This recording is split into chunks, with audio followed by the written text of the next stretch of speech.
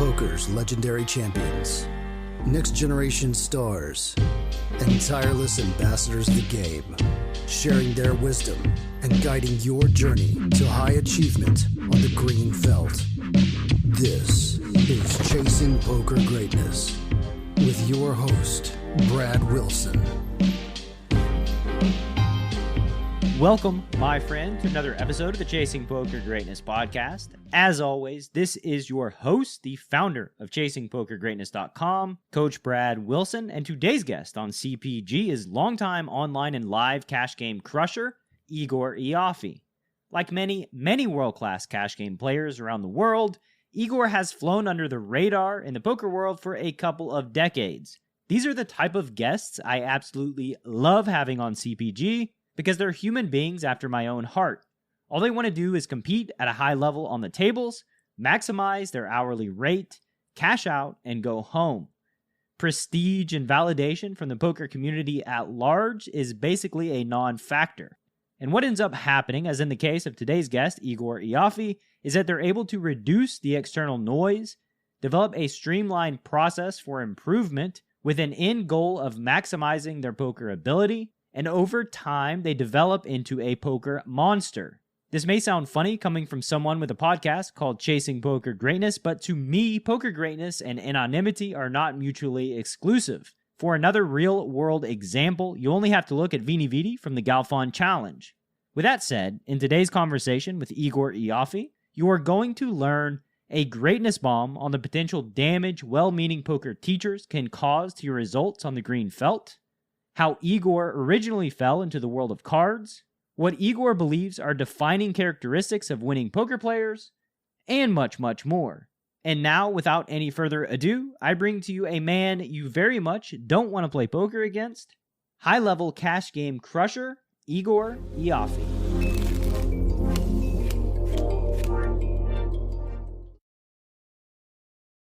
Igor, good morning, Yes. sir.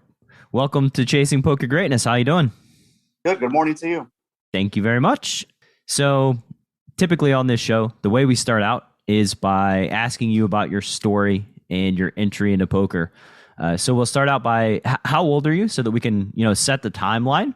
And then let's tell the listener how you got involved in the world of poker.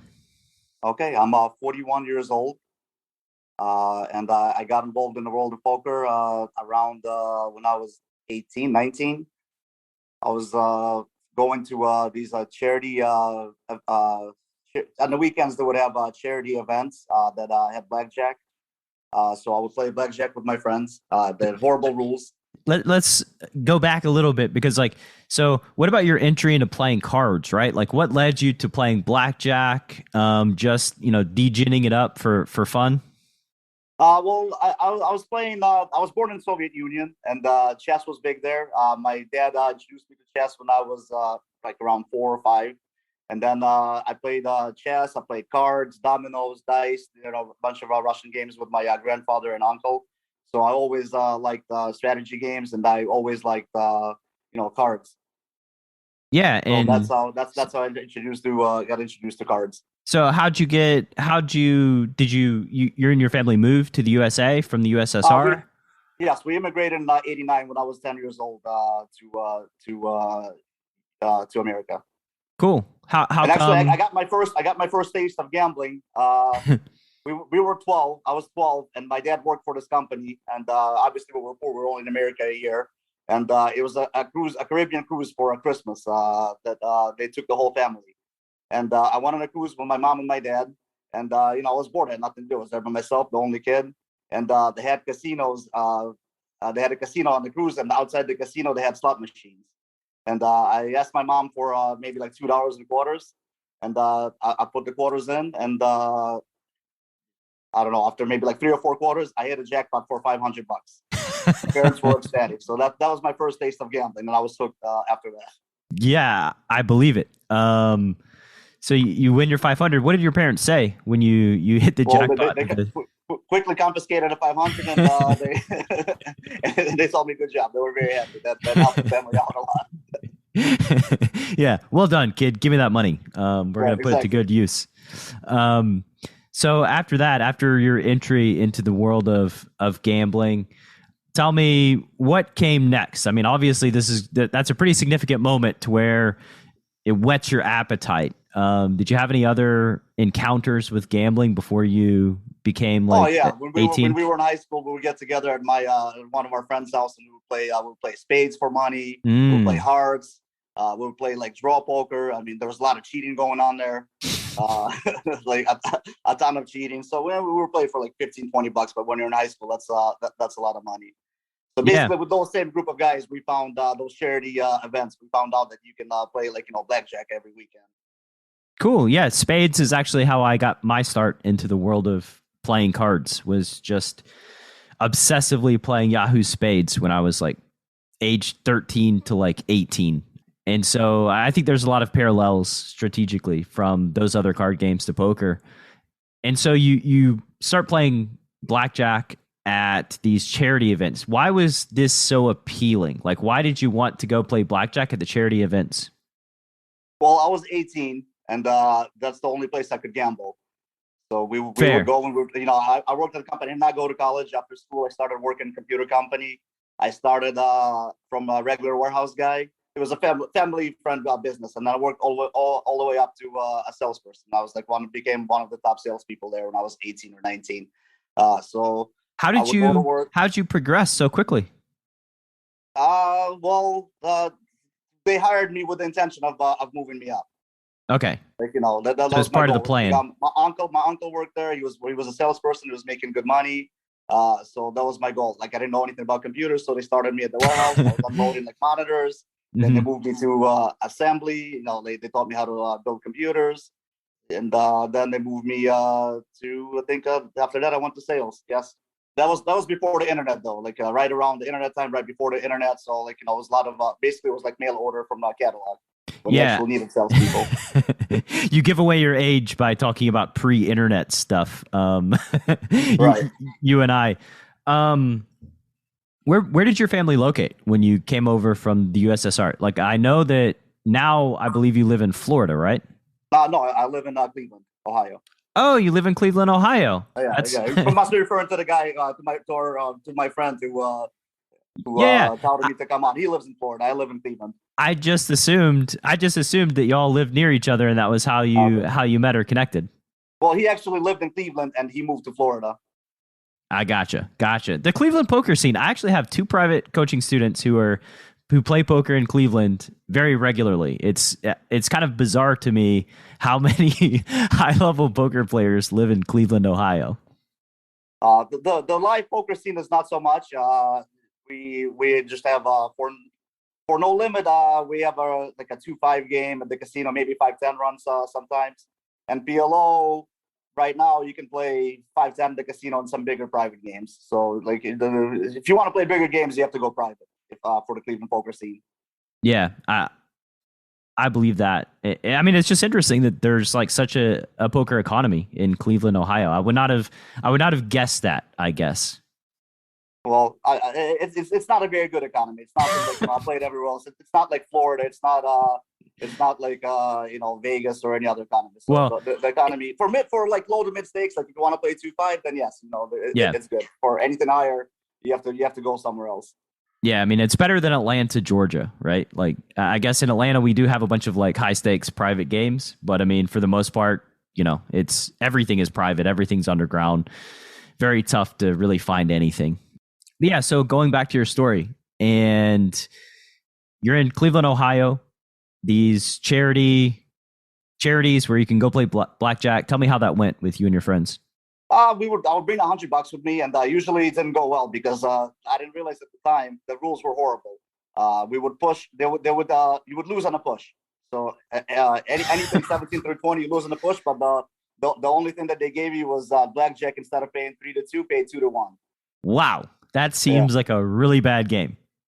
Right. So, but I didn't know at the time, and we just wanted to gamble. And then we saw, just a bunch of tables in the back, and people were, playing with their chips, and there's a lot of them, and I had no idea what that was. So I asked my friends what it is, and they said they were playing poker. So, I didn't think anything of it, and we just continued playing. I just continued playing blackjack.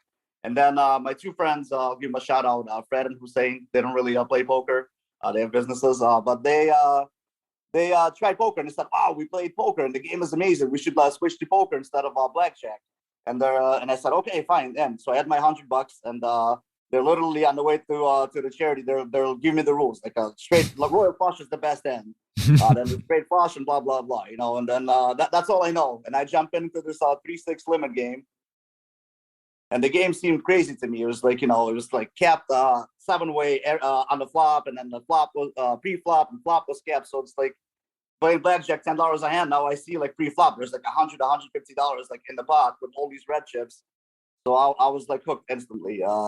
I think I got lucky. I won maybe like $60-$70 my first session. Then I won like $100 my second session, and I just thought I was like the best player in the world. And like this is like this is what I want to do. Yeah, it's pretty funny. Like when I was beginning my career, I saved up $3,000 from working at Applebee's, and I moved down to Florida and played 5-10 limit. And then I won like my first 11 sessions or something like that. And like I read books, like I studied relentlessly, but like in 5-10 limit, like back in those days, I mean, you're not exaggerating. It's like 8-way pre and 6 ways to the turn, and then 5 ways to like every single river, every single hand. And then you get a mountain of red chips just pushed to you. Like, so many chips. Would that get you high? Yeah, so many chips. I've told this story before, but my first experience playing poker, live poker, I think I was 20 years old. I was playing on a cruise to nowhere. I got aces, was like ramming and jamming. I don't remember the board. I don't remember the action. I just know that I had aces and like my raise button was stuck, for better or worse. And like I scoop a pot and I'm just out at sea. And then I kind of like look out the porthole and I realize like, oh shit, I don't feel so good. And just like ran outside and spewed over the side onto like the canopy of the first deck. That was like my first entry into the world of poker, the first major pot that I won. Kind of a hard one to forget.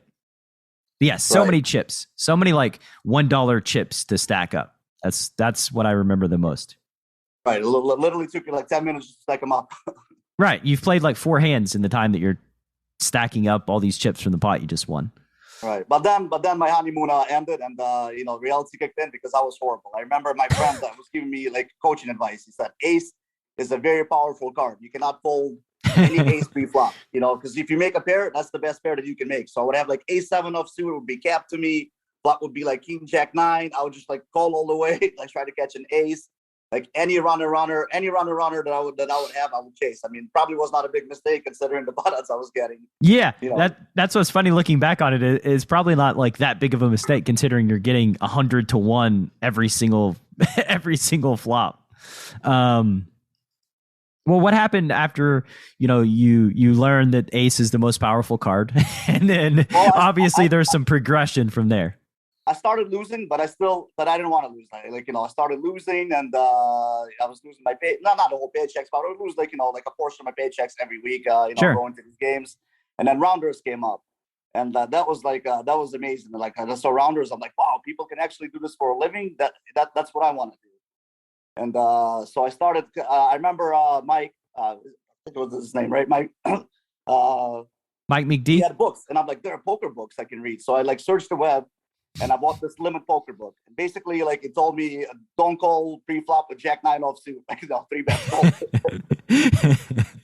Yeah. So just they give me basic strategies like playing tight pre-flop and don't call for gut shots. So I turned from this like guy who just called any bet with ace-7 off to like become the biggest net. Like I remember I didn't play any hand that did not have 2 cards above a 10.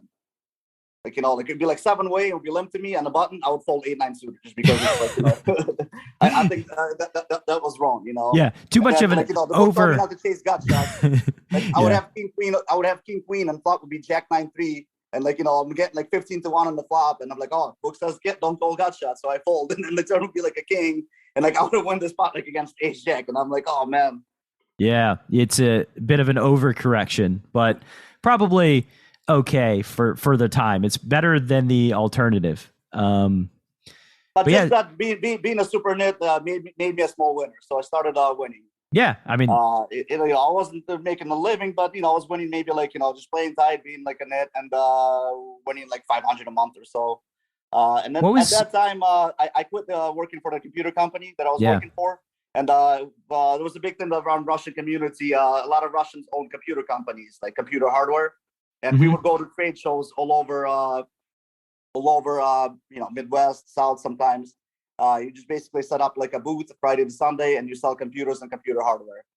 So I want to do that with my friends. I didn't want to sit in the office, so I started working. Making like $800, $1,000 on the weekend, and I would play like poker during the week. And were you still playing at the charity tournaments? Oh yeah, I was still playing at the charity events. Oh, actually, even around that time, Paradise Poker and Planet Poker came out.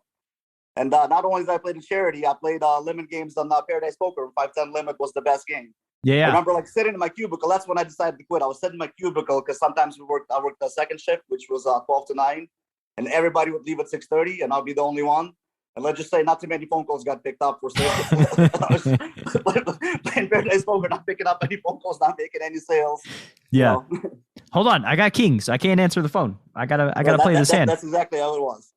Yeah. So like Planet Poker, Paradise Poker, I played that. I played the charity events, and I was going to computer shows. And I mean, I was still, like I said, I was making maybe like $400 or $500 a month doing that. So then, I made some notes here.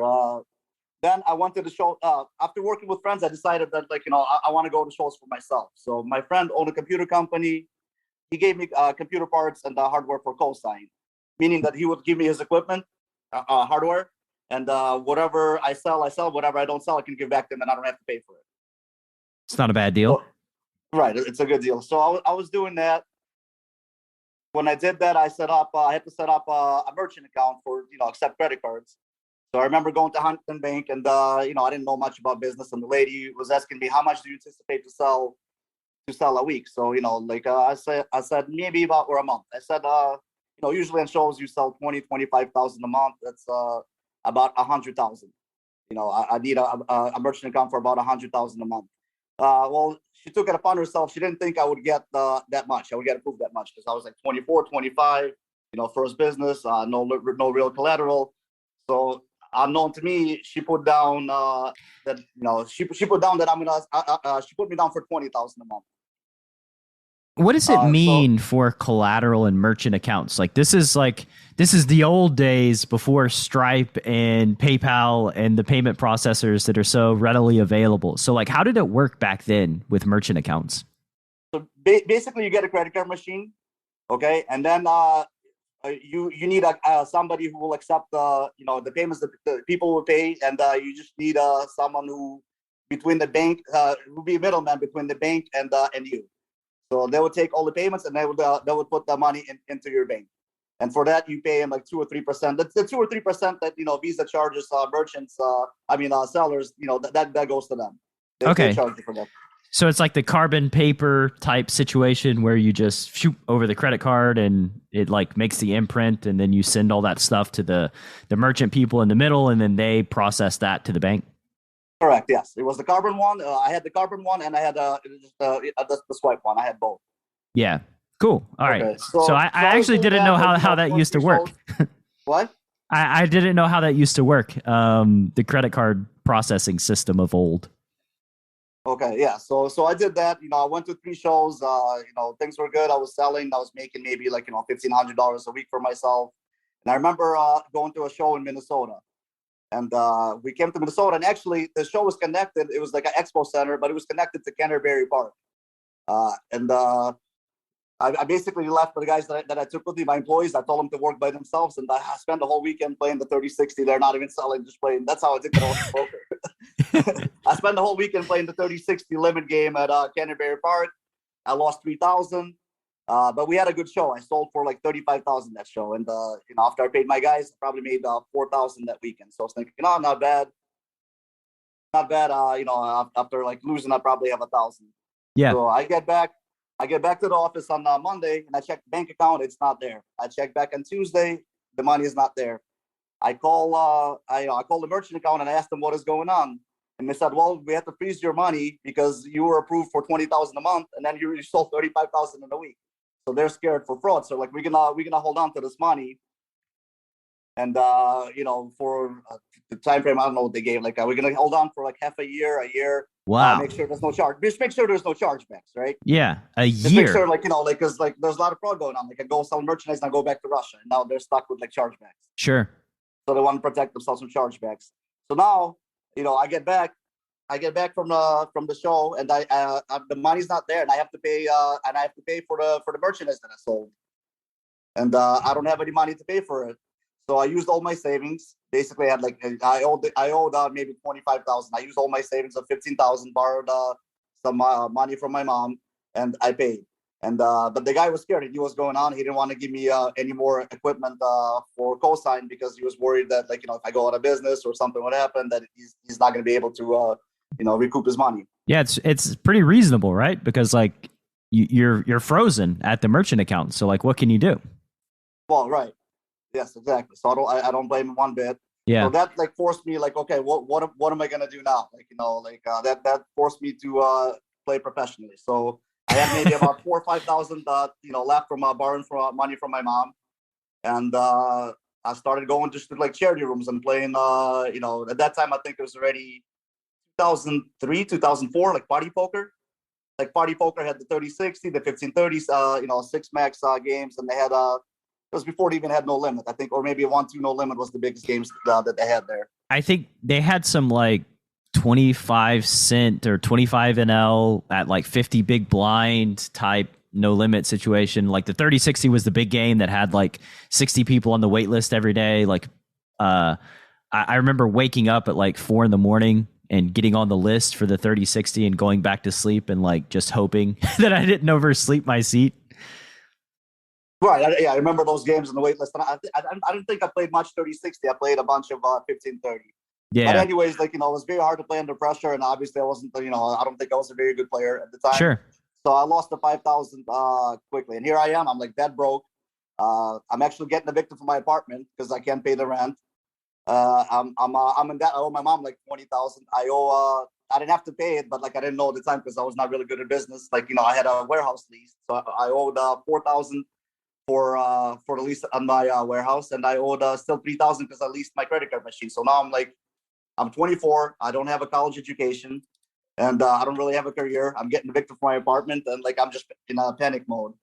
Yeah. So I moved into my mom's house, and I just regrouped, and I'm you know what? I'm just gonna do computer shows, working for someone else. I'm gonna make $1,000 a week, and I can pay my mom back. And then I played 3-6, 5-10. On the side, just I would have proper bankroll management. Just before, when I played 15-30, I had a $5,000.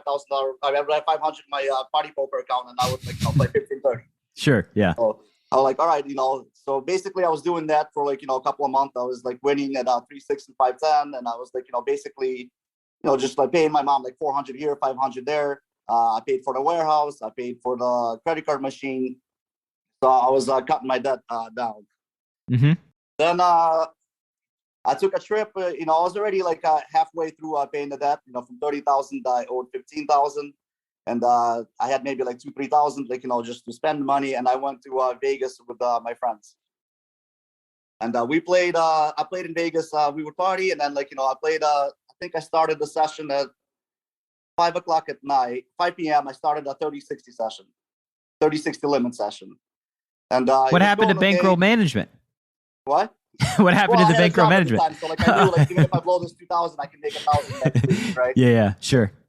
So there's still a deacon in me. I don't, so I'm playing the 30-60 limit game, and the 30-60 limit game, I'm up 800. It's 5 a.m. So I've been playing for 12 hours, and the game breaks, and there's no other games there. And I see on the side there's I think Bellagio first started having a 10-20 no limit game.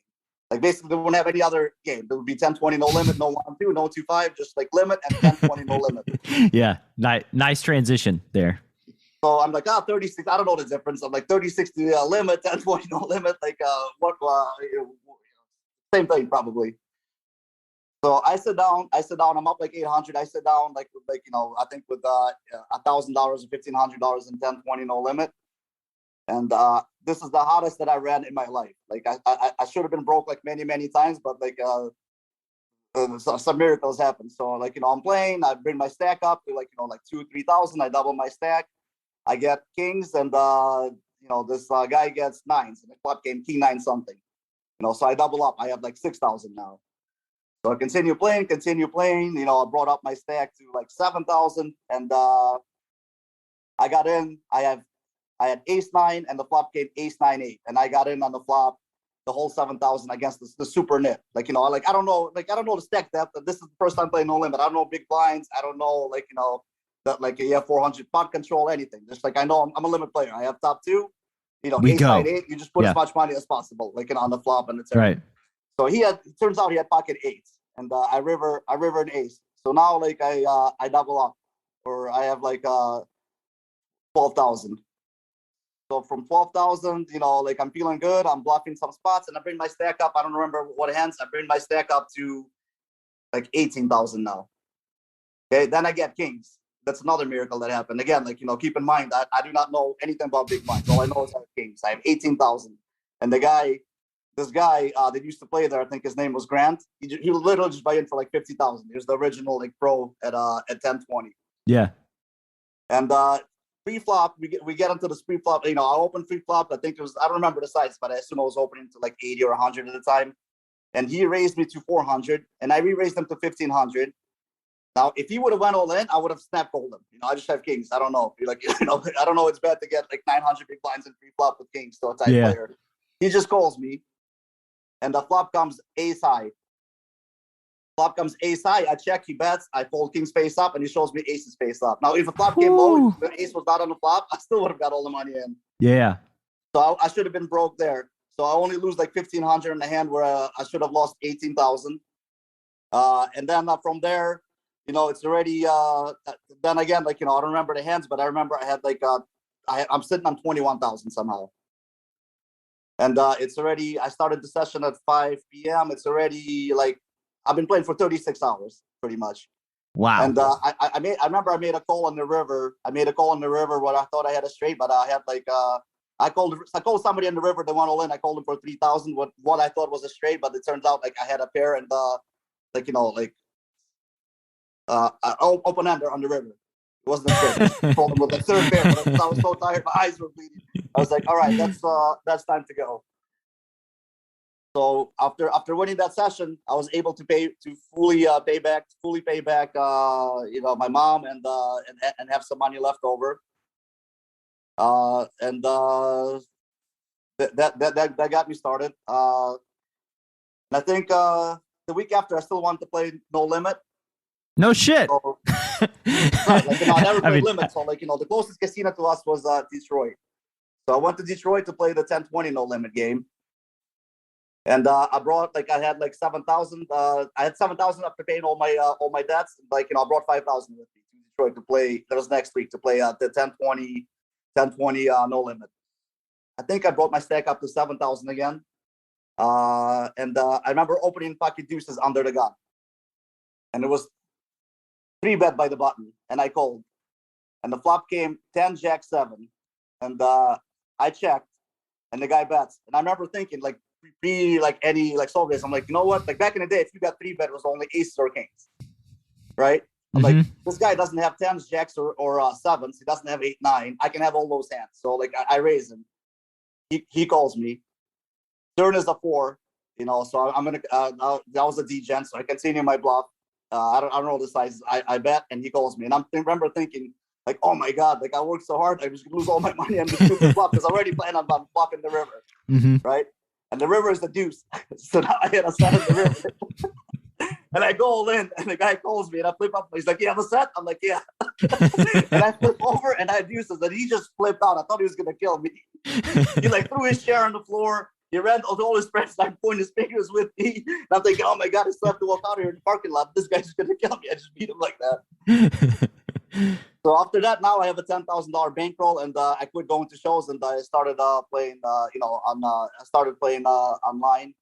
I think that was about the time where I found 2+2 from the books. You know, on the back of the books they said 2+2 forms. I found 2+2, and and the tournaments were on TV, and I started playing the party poker, like $100 sit and goes, like the ones, I don't know if you remember, every 10 hands, the blinds would go up. Oh, I've played more than my fair share of those and the step tournaments as well. Okay, then we probably played together, because then, like 2+2 was absolute gold mine back in the day. He had Z Justin posting, he was like a big 200 guy. Justin he was playing the 200 sit and goes. Like I played with him a billion times back in the day. He was the star of the 200s. David Benefield, like all those big guys before they became big, they just shared all this valuable information. So like 2+2, after I found 2+2, I started playing sit and goes, and I loved it. So I played sit and goes, and not much cash after that. Wouldn't really have a casino. I didn't really feel like driving to Detroit. So I was doing pretty well in those. It was really amazing how much of a concentration of talent was on 2+2 back in those days. They had like all the talent in the whole poker universe on their forums. Yeah, just imagine like right now, you're like picking the brains of, I don't know who the best players, like Linus Slav or OTP Red Bear, just going and and telling you, no, you should play it this way, you should play it that way. Yeah, just like actually giving feedback on the hands they're playing and posting hands and like diving in depth strategically on everything, just like out there in the open for anybody to read. I mean, it was amazing. Like I think I owe my career to like 2+2, and then later on card runners. Yeah. So then I was playing sit and goes. I was doing pretty well. I saved enough money. I moved into an apartment. I moved out of my mom's house. I moved into an apartment. I had a decent bankroll. Were you actively, tell me about your progression from like, check raising the deuces and running this bluff to playing the $100 sit and goes in earnest, because I know that like there is a skill jump that was needed even back then to be a winning $100 buy-in sit and go player. Well, I mean, luckily for me, there was not a lot of good players playing, right? So like it was basically 2+2. I lived on 2+2. I read everything I could read. The post flop play was not like very important. The push shove was very, very important, right? Sure. A lot of people were making mistakes. Like people were calling, four-handed, and I remember like one guy called a big stack shoved and another big stack called with ace-3 offsuit, and I was a short stack, and somehow miraculously like made the money because the top three paid. So people were just really, really bad, and I was bad myself, but I was better than them. Right.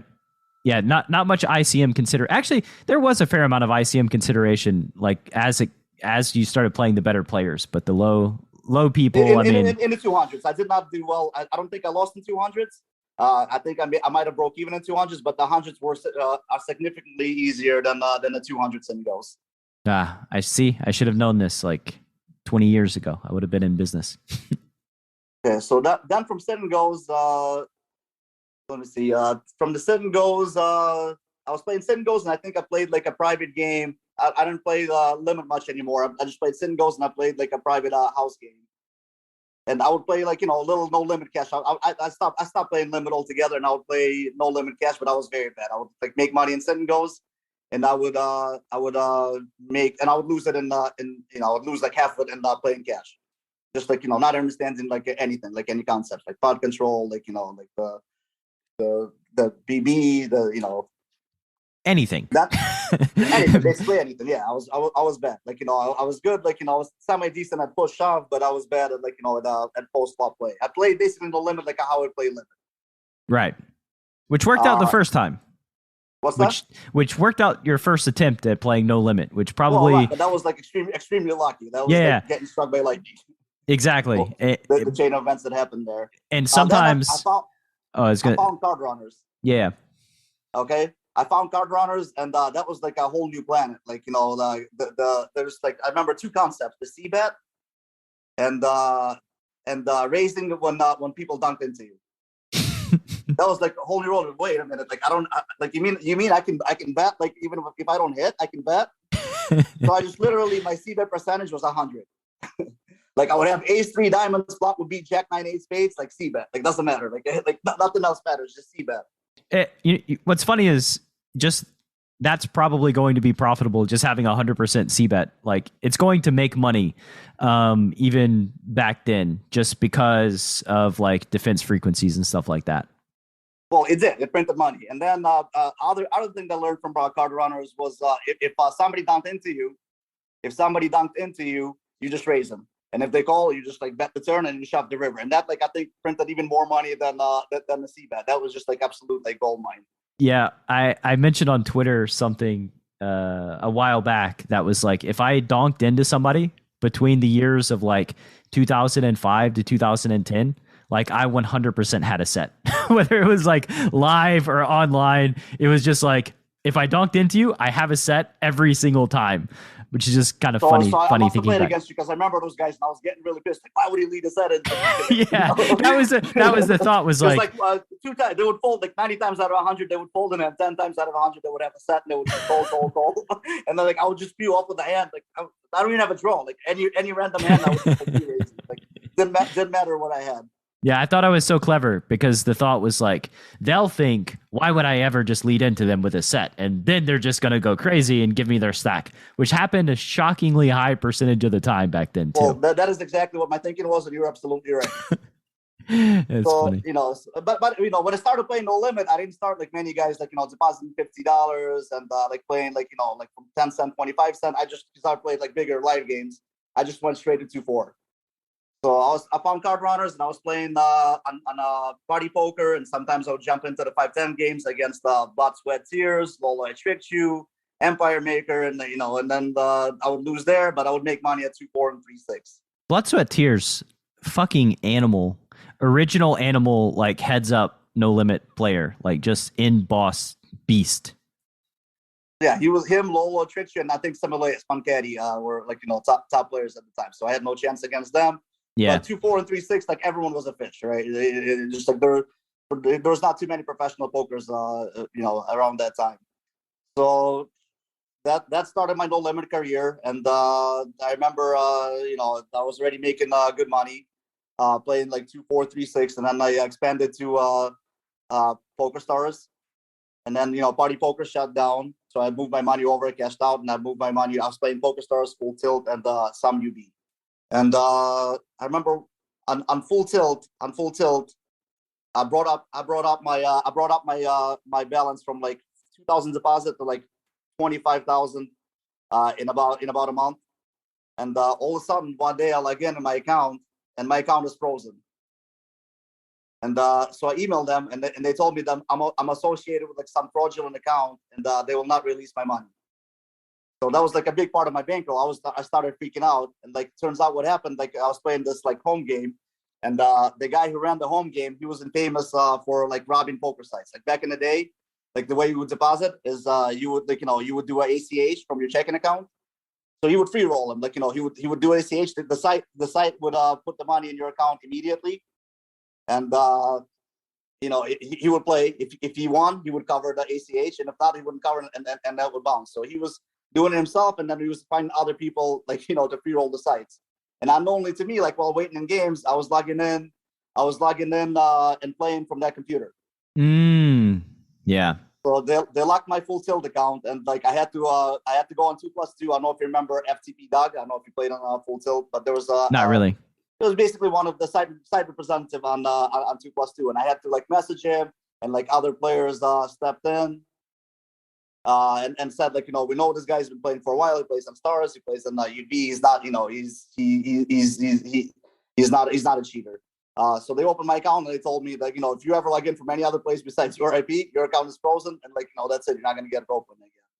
Yeah, and customer reps for all the major platforms used to be on 2+2 so that you could communicate. Did you find it surprising at all that like the community sort of rallied behind you to get your account unfrozen? Because like, I mean, like if you think about it rationally, like there's not much incentive for other poker players to do that. I've just seen this happen like in so many instances throughout my career. Well, most of the people who stepped in for me were like reputable players, right? Because like I was active on the forums, like I wasn't reading the Singo forums, but I was active on the mid stakes forums, and like and we would go back and forth. Sure. So they were kind of like not my friends, but like we would talk online, like on the forums. But right. Then obviously there were some people that like enter in the thread like, you're a fucking cheater.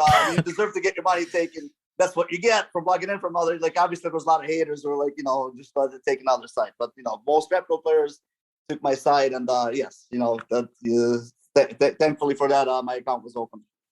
In a world where a fish donk bets the flop, and you don't know what to do. One man, Coach Brad Wilson, has a surefire plan to neutralize flop leads and rip that dunk to shreds. Nuffle. Available now. Go to chasingpokergreatness.com/Nuffle. Rated R. did you ever get your money back from it getting frozen for the merchant account, by the way? We skipped over that. I assumed that at some point you would get your money unfrozen. I got maybe like $1,500 because what happened, I went out of business. So people were calling, people doing a lot of chargebacks. So like I had a lot of chargebacks come through just because people could not get a hold of me because my company was out of business. So out of like the 30,000 that was frozen, I might have got like maybe 1,500 back like 2 years later because after like all the penalties, fees, chargebacks. But didn't they buy the hardware? Like what was the what were your follow up? They basically kept the hardware and did chargebacks. Why though? Like what was your responsibility moving forward after they bought the hardware? Was there like support? Well, yeah, the responsibility was support, and my company was out of business, so they could not get a hold of me. They could not get a hold of my company, so they would, do chargebacks. And like I didn't even know because I didn't even keep track because I already like counted money as like lost, Gotcha. Like, I don't know. So basically, yeah, I did get like pennies on the dollar, several years later. So all those people kind of scammed you, like they scammed the system. They kept the computers and they got their money back. No, gotcha. A lot of them. But then, I was also charged penalties and fees by the credit company. So I don't know which was more, the chargebacks or the fees. Yeah, the penalties. Brutal way of doing business back then. Those merchant accounts. It makes me very grateful for the payment processing systems that we have available these days. But I digress. That just popped in my head. I didn't know what was the end result of that. But yeah, going back to your Full Tilt getting unlocked and you're grinding. What year is it in your story? This is around, I would say, I think Party Poker got shut down 2006. So this is around 2007, around 2007. So nothing major happened around between 2006 and 2011. Yeah. You're playing poker professionally, making a decent living, paying your way through life. And, we can segue to 2011, which is always an inflection point in the career of people that have been around for a while. So come 2011, at that time I was already, table ratings came out, so I could see I was already one of the biggest winners in the Stars mid-stakes games. Sure. And while playing Full Tilt and UB, it was me, Google's Nose, King 10 of Clubs. Not the tournament player, but he was a cash player on Stars, and other people. So Nanonoko,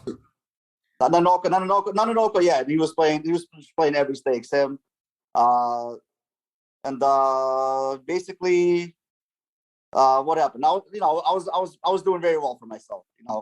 I was playing online, I was smashing, and then I remember how you remember when you were during 9/11, everyone remembers during 9/11. So I remember I had a morning session. I smashed the morning session on Stars, and I took a break. I was reading a book, and then I come in, I log into my computer, and it said, this country is restricted from playing. And I'm what the hell is going on? Now I'm scared. I run on 2+2 when I see everyone posting,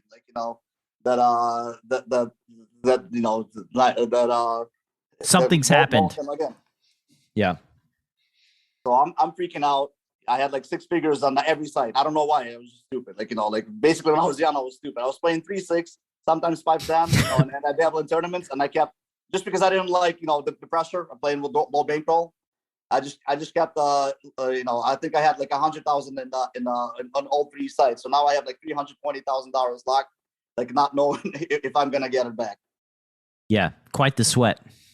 So PokerStars paid quite quickly, and obviously Full Tilt and UB paid later. So I moved on to live poker. At the time, Detroit was the closest casino. There was no casinos. I had we did have charity rooms. They had a 500 cap game. I mean, it was really, really, really good game at the time. And if I wanted to play bigger, I would have to go to Detroit. So basically, that's what I did. Every out of 4 weeks out of a month, I would travel to Detroit 3 weeks. Thursday, leave Thursday, and stayed till like Sunday morning. Why not move to somewhere that's got poker, like Vegas or LA, or even the Bay Area? I couldn't move. I was married. I had a young daughter. I had the support system. So it just like moving was not really an option for me. Gotcha. But Detroit was like hidden gem. They probably had the best games in the country that like no one knew about. Really? Yeah, they had really, really, really good games. Not a lot of pros and just like tons of money, tons of action. They had on Fridays we played 10-20, and on Saturdays we played 5-10. And I did well, doing that. Like, I think I completely like smashed that game. And then the casino opened in Cleveland. And I stopped going to Detroit. I think it was around 2013 or so that Jack Casino came to Cleveland, and we were playing 5-10 no limit. That didn't last too long. I think a lot of key people went broke, and then we switched the game to 5-5. But the 5-5 game was $2,000 buy-in. So that was incredible. That was a really, really good game. I did well during that game too. And after that stopped. So the only game that was available to me now was 2-5 no limit like cap game with 500. And I couldn't do well anymore because I couldn't do the things I did in the deep game. Like, I couldn't make people fold aces or top pair for when they have $300 in front of them. And I couldn't play the hands that I wanted to play pre-flop. So that was like very boring. I mean, I still did play online that time. I played on Minted Poker and I played on Cake. So I did a combo of both, but but I enjoyed live more. So I played like half and half. Right. And I think too, like, at least in my experience, when Black Friday happened, I was very, I was burned. I did not feel real great playing online at really any site for a number of years after Black Friday. It was just like kind of over it. Like, man, fuck online poker for a little while. And just, I moved to LA and lived at the Commerce to play pretty much every day around the time that Black Friday happened, just because I just didn't want to deal with online anymore. Well, I got my money frozen 2 more times after Black Friday. I played on Minted Poker. The Minted Poker had 18,000 on there. Minted Poker stopped taking Americans, and they said you have to open up a Canadian account to get your money back. So the first one, right when they said it, because Detroit is on the border with Canada. When I was going to Detroit, I went to Windsor and I opened up an account in Bank of Montreal, and they paid me back. And then from what I heard, people who waited for a couple of weeks, they didn't get their money. They didn't have enough to send to them. So luckily I got that. And then I played on the site called, I got a hold of somebody through VPN on Mucho's Poker. They basically was you could play 5 platforms from one central station. You can play Cake, Merge, and some Italian network. And I played on there also. And basically they went out of business, and I had 8 or 9,000 there that disappeared. I couldn't get back. So yes, the same as you. I was just scared about playing on online, and keeping a large bankroll on there. So I tried, to play more live than online. Yeah, so you've been just grinding these live games. Has that been the path from 2013 to present day? Well, no. Then since I had no choice, I couldn't move, and the only game that was available to me was 500 cap. There were still people playing PLO, and PLO all the whales moved from no limit to PLO. And I mean, I tried PLO a couple times, and I never wanted PLO. I was basically a hold'em player playing PLO. I way over c-bet, was getting blown off my equity, overvaluing bad hands, bottom two pair and a jack high flush draw. I would get it all in, would get it in against setting the flush draw. Yeah, these common mistakes that no limit players make when they play PLO. Sure. So I moved to PLO, and I didn't know how to play, and I just played extremely tight. That's all I did. I played. Back in my limit days, when I would have to play certain hands, I would just play certain hands. I remember one time it was folded to me, and I'm in the cutoff. It was I raised and 3 callers, and I had ace, king, queen, 9 suited to the king, and I folded the hand because it was not suited to the ace, and my cards flipped over. The dealer flipped over my cards, and the whole table's looking at me, and their eyes are about to pop out. There's at least 4 players who would go all in with that hand. Yeah. So that was pretty embarrassing, But I was the net pre-flop, but I still had I was still capable of post-flop. If I needed to make a move, I would be able to make a move, and I had the bankroll to do it. So that's how I switched to PLO, and and I was still playing online. I was playing at an Ignition, and I was playing on ACR Yeah. pre-Euros, which is a very good site, like pre-Euros, much better than now. So I was doing that, and what steps did you PLO. take to improve your PLO game? Like now at this stage in your career, you're familiar with the resources that exist. So what did you seek out and read?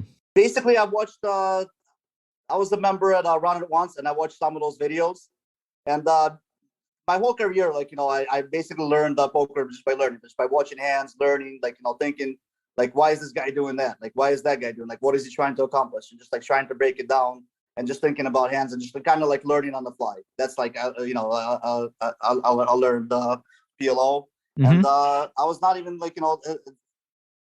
that good. Just again, I was playing against people who were much worse than me. It was a lot of action. All the whales were playing. They were they would go in with king, queen, jack, 3, 1 suit. And they're just hard to lose to those people if you just play tight. Yeah. So I fell in love with PLO, and and I was continuing to play that live PLO games, some private games here, and I would play online on the side until COVID hit, and then I would just play strictly online for a year and a half. I did not play live. And you haven't ventured into the MTT streets very much. It's been just pure cash. I did play MTTs back in the day. In 2010, I had my best year. Not best year at the time. I had better years then. I think I won 500,000 in 2010. That's why Black Friday was so devastating. I was I had my breakout year. I won 500,000 in 2010. Basically, back in the day, if you were a good cash player, you can just jump into any MTT, and you're probably going to be one of the best MTT players. So I made about 150,000 playing just playing strictly MTTs, not strictly MTTs, but playing a mix of cash and MTTs. But I made 150 of my income came from MTTs. Yes, back in those days too. If you're a cash game player and somebody binks an MTT, you're kind of salivating when they join the cash streets because they were typically just giving it away. Right, and or a good cash player would go play MTTs and he would immediately be the favorite. So that's what I did. I played MTTs and cash in 2010. And then in 2011, right before Black Friday, I was already on pace to beat that year, just playing cash and MTTs. But after Black Friday, the prize pools were not obviously as big available to me, and I did not play MTTs. But the good cash was way more appealing. Just I didn't like the idea of sitting 14, 15 hours in front of a computer. Well, that time didn't have ranches, 8, 9 hours in front of a computer. That just wasn't appealing to me. Yeah, people tend to forget, but party poker back in the day, 2005. They had a 200K guaranteed every single night. It was a nightly 200K guaranteed, 200 plus 15 buy-in tournaments. I mean, they were the guarantees in the tournaments that were around in those days were just, it was crazy. Right. And then it's worth it. I'm not going to play, what I played. I played unlimited poker. What am I going to play? A $5,000 guarantee? Yeah. So no. And live tournaments were not that appealing to me also. Just I would go to Vegas and I would only play the World Series of Poker. I would go there for 2 weeks. I would sit in 10-20 Bellagio game, which pre-2011, the Bellagio game at 10-20, that was an amazing game. If you were sitting there and there were more than 2 pros in that game, you were just in a bad game. Yeah, you're doing something wrong.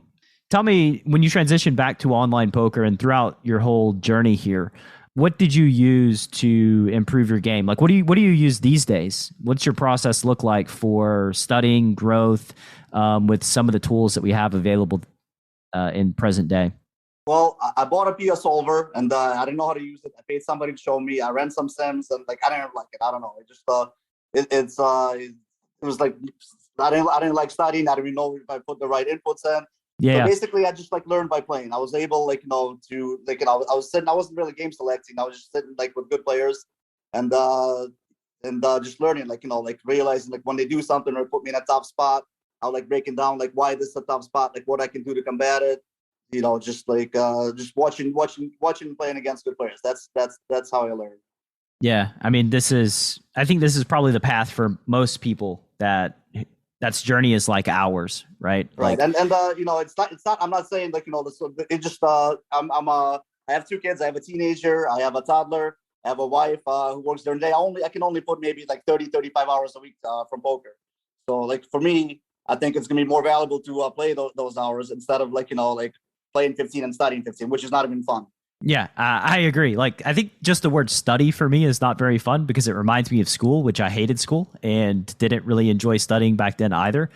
And I mean, I think that like you mentioned about Pio, I've mentioned it many times on the show that like the inputs matter and you can't just blindly take what you see on the outputs, which basically means you need to invest a lot of energy into getting things that you can actually utilize and deploy from Pio into your game. And a lot of times, like a lot of study is just not very impactful. I think like a lot of study just leads people down bad paths and then they create bad habits and they think they're doing well. Then they get crushed and then they sort of spiral downward and get sad.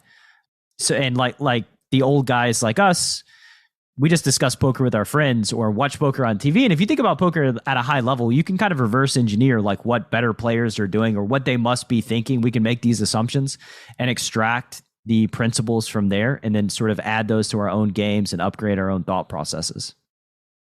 Correct. I mean, people still have tendencies. Like people like over bluff few spots, people under bluff few spots. And like, if you're observant, you can pick that up. You can also know your image. Like, it's like knowing like what people like expect you to do. And people have patterns, like very like specific people. Back in the day, it was just so easy. They're like, if you play 2, 4, 3, 6, there were like certain spots where people just never bluff. Like all you have to do is figure out, do I beat their value, right?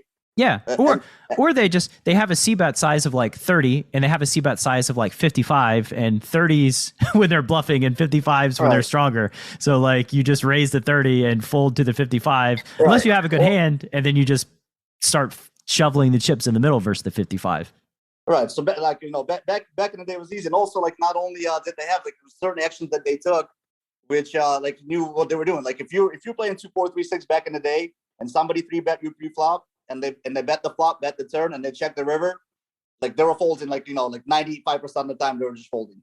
Yep. Like they're never calling range. So like back in the day, there's like you learn spots, right? Like this is the spot where I can bluff. This is the spot like people don't bluff, and you just don't pay them. Now it's a little bit harder because like a lot of good players like don't have spots where they like don't bluff. They there's always some sort of a bluff in that spot. So not starting PO, I kind of understand, like, I think I have a poker brain. I kind of understand like what region those bluffs coming from, what hands they're using to bluff. And then like, and then how I decide, that's how I decide if I'm going to call, if I'm going to bluff. I don't count combos. I just like, see, like, if someone's like, if there's a certain spot that they don't take, like, if they like show down like a busted straight draw on a 9-high board, they're probably not over bluffing that spot. So I should give them credit. But if they're betting every time and I catch them, they're probably like over bluffing that spot. Yeah, so it's constructing strategies against the specific players you're playing against that you can utilize and basically use against them. You create your own counter strategies against very specific opponents because of the deficiencies in their strategies. And I mean, this is just how like poker has been won by the pros forever. Also realizing where your money comes from, right? Like I think I play very, very, very well against recreational players. In part because I was that recreational player once. I know how they think. I played for 20 years with them. Like, like there's my friends would tell me a hand history. Well, this whale did this, that. I'm like, well, what makes him a whale? Like, what does he do? Right. So like, so I think I play very well against recreational players. So I might be sitting at the table and against regs and like, I'm not saying I'm an underdog to them, but even they're beating me. So I might have like, a table structure of 4 regs and 1 recreational player. So I might lose like half a blind to 1 reg, a blind to another reg. So throughout all the regs combined, I might lose like two big blinds an hour, right? But then the recreational player who's sitting there and making massive mistakes, I'm winning maybe 10 big blinds an hour off them. So now my win rate is maybe 8 big blinds, not an hour, but 8 big blinds 100, right? And then with the regs playing GTO, they're beating me for maybe 1. They're breaking even against each other, and they're beating the reg for 4. So now their win rate is 5 big blinds 100. Now there might be better players than me, but who has a better win rate? Yeah, you just have to realize where your money comes from and focus on that. And like I might be losing some money in some spots to a few regs, but as long as I'm winning and I'm winning at a decent rate, I don't want to change it. I'm just happy with my win rate right now.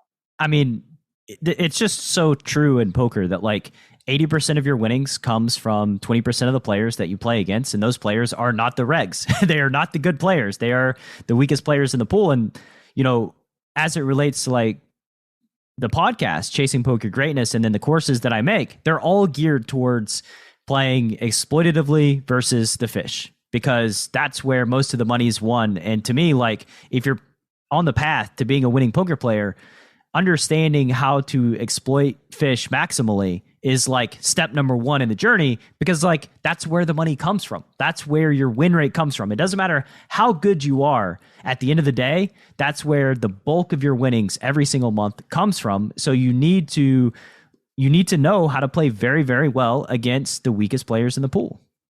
That's correct. So like I said, yes. So, I think Doug Polk is obviously a great player, but I think he'll ruin or cost a lot of people a lot of money. I remember my buddy who recommended me to the podcast. I was telling him a hand I played in 510, and at that time, like, Doug Polk had his videos poker hands, and I remember I was playing a live 510 game, 510 no limit game, and it was like an old guy raised to 30, and the next guy next to him, another old guy, ABC player, raised to 100, and one guy is sitting on 1,500, the other guy is sitting on 2,000. It's folded around to me in a big blind or a small blind. I have pocket eights.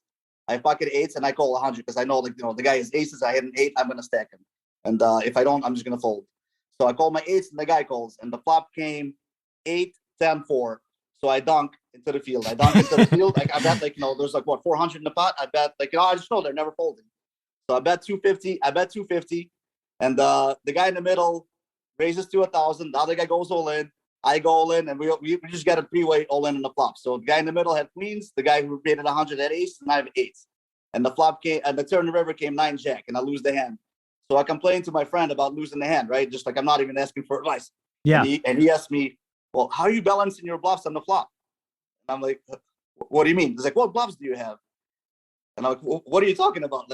Zero. I have no bluffs. Why would I have a bluff? They're going to call me. It's like, well, that's a bad way to play poker. Because he was watching poker hands. You should not have a leading range, and you should never call from small blind. I'm like, what are you talking about? You got 5,000 in on the flop. That's a heavy favorite. Right. Well, you should construct your ranges, and I don't even know what that means. Do you have to wear a construction hat when you do that?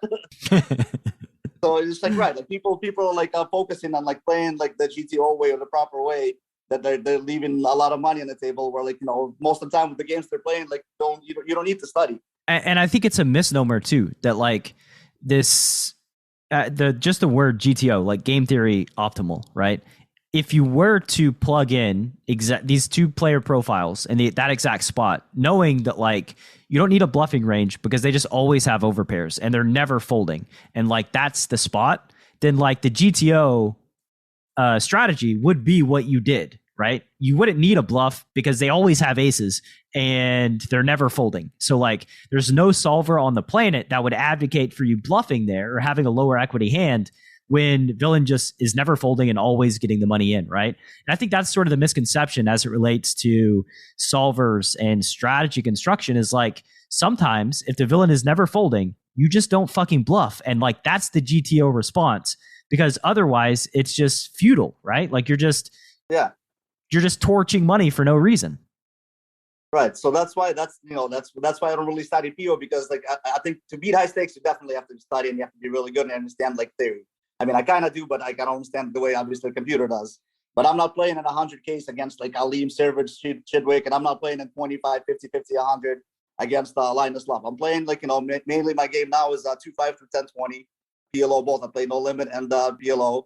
And in the games that I play, it just I'm not playing against robots. I'm playing against people who have frequencies, who have certain leaks, and you just watch and observe, and you can make money that way. Yeah, it's always reassuring running into folks like you in the wild that have just been successful for so many years, and just understanding that poker fundamentally is a game of people. And if you understand the people that you're playing against, that is going to take you so far. Just that in and of itself takes you so far as a professional poker player, way farther than at the beginning of your journey trying to memorize frequencies and memorize some GTO output that you can actually never execute in the real world, and is also not very good when you do execute it in the real world. And it's just a reminder to the listener that there's more than one way to skin a cat and more than one way to make money in this poker journey. I mean, also, I watch some Twitch videos, right? I understand Russian, so I watch some Russian players. Mm-hmm. So they're using theory, they're playing, and they have a random hand generator, Mm-hmm. and they can only play maybe like 4 tables, right? Because if you want to play GTO and you want to randomize hands, like you can't play a lot of tables. So that's another reason is I'm able to play like 8-10 tables. I don't need to randomize. I do kind of randomize. It's like, but my randomizer is not the number generator. It's like if I don't have any hands like going on another table, then I might 3-bet your light. If I do, then I'll fold. You know, it's still kind of random. It's just like you don't know what it is. I don't need a number to tell me. But like I'm able to play more tables just because I simplified my poker. Like I don't need to have 3 different sizes like on the flop. I just know the texture and like sometimes I bet one size, sometimes I bet other size, whatever comes in my brain. If I'm playing against a recreational player, I'm just like betting the size that I think is going to net me the most money. What sites are you playing on these days? Right now I'm playing on. Usually my play is in the morning, so I'll play from 8 o'clock in the morning. Well, that's my window. I'll play the whole time till 5. So I'll play on Ignition, I'll play on Global, and I'll play on ACR. I have to get all 3 sites just to get to get my value in the mornings, because there might be like 2 games on one side, 2 games on another side, and then I also play some private apps.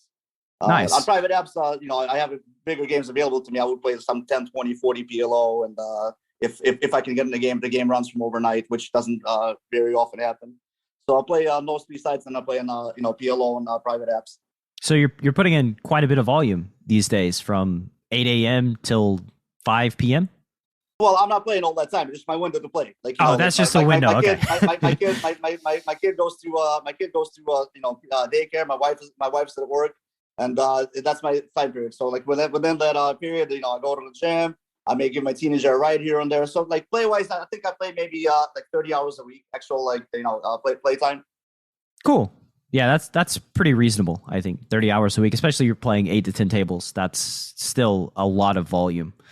So now, Igor, we're going to transition to the lightning round. Now that we're caught up to present day, just some quick questions here. If you could gift all poker players one book to read, what book would you suggest? And it doesn't have to be about poker. One book to read. That would be a TJ Cloutier No Limit Hold'em Strategy. That helped me a lot. No, I'm just kidding. One book to read. I don't know what book to. Fooled by Randomness. I think that was the popular book amongst poker players. Just to teach you about variance. That was a very good book that I liked. Just so you can understand like the variance and that you can run good and you don't even know it, or you can run bad and you don't know it. That Fooled by Randomness would be a book that I would recommend. Yeah, that's a book that's been suggested before, and always I think every poker player should read it.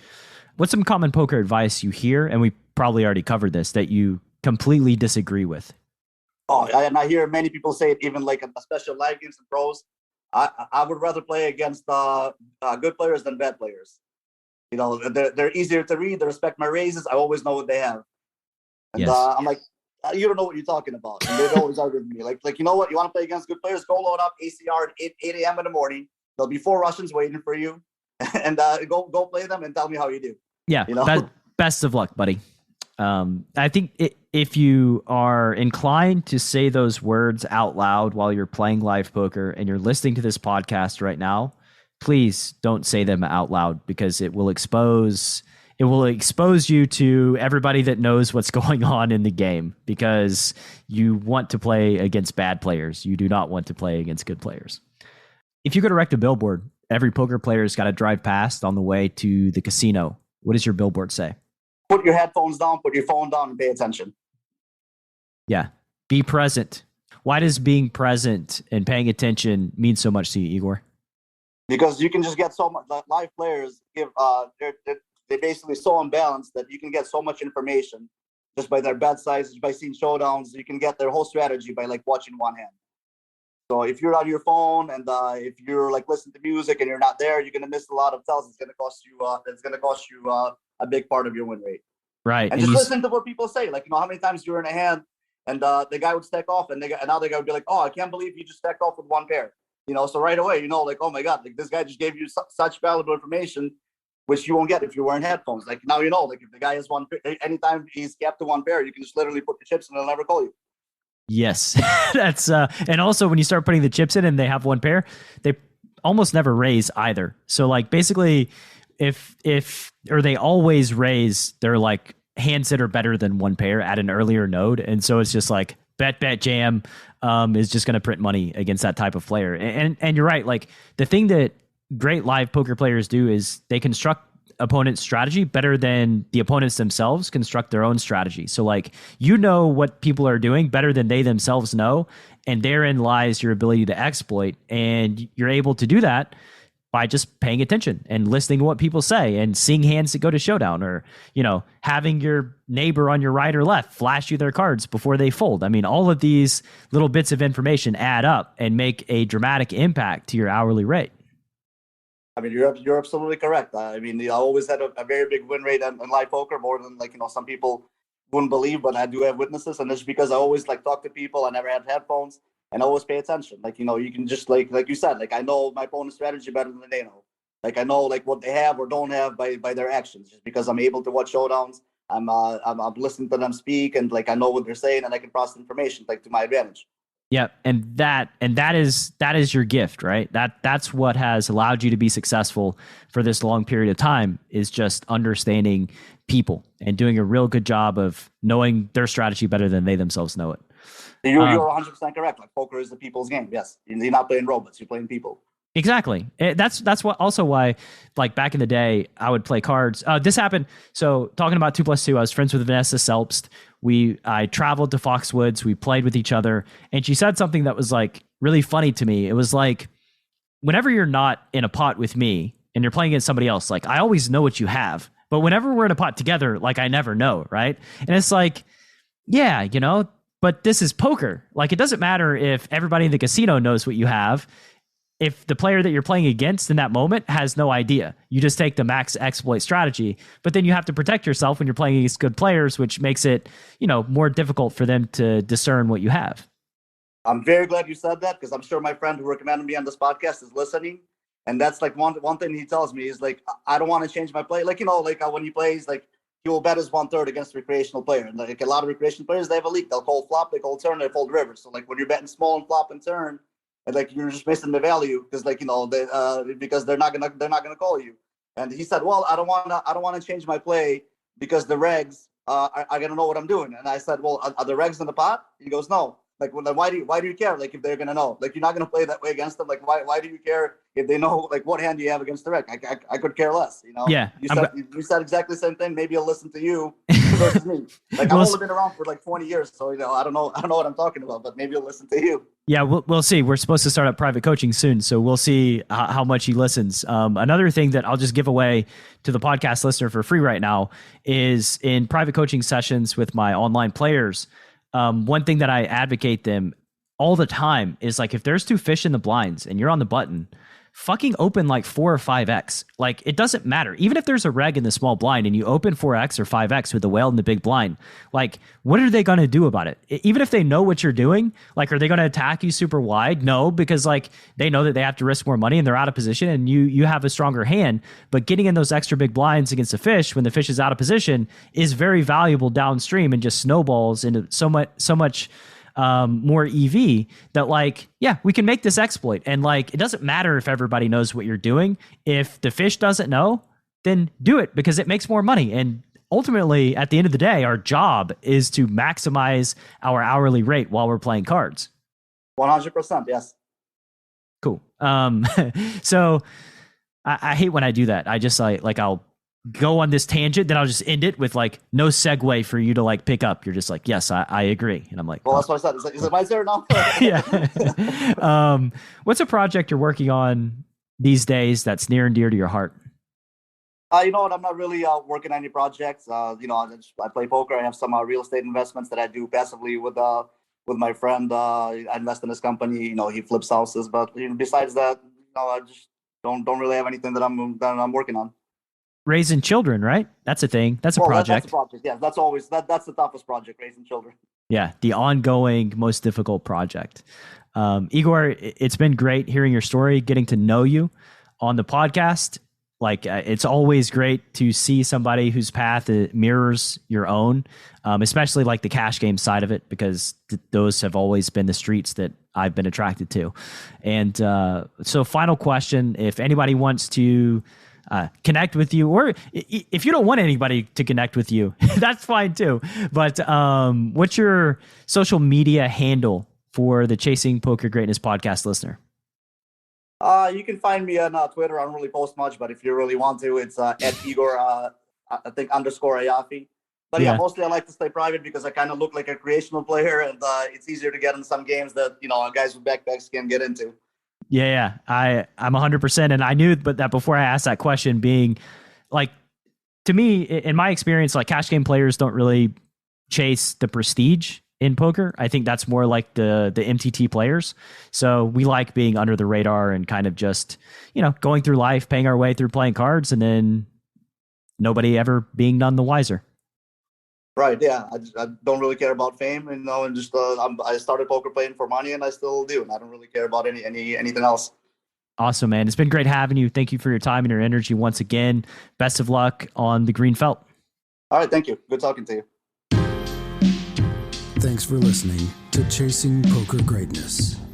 You can subscribe on Apple Podcasts or on your favorite podcast app. Go to chasingpokergreatness.com to get the newsletter. Join the Greatness Village community, book a coaching session, or dive into the latest data-driven poker courses. Follow the show on Twitter @CPG Podcast.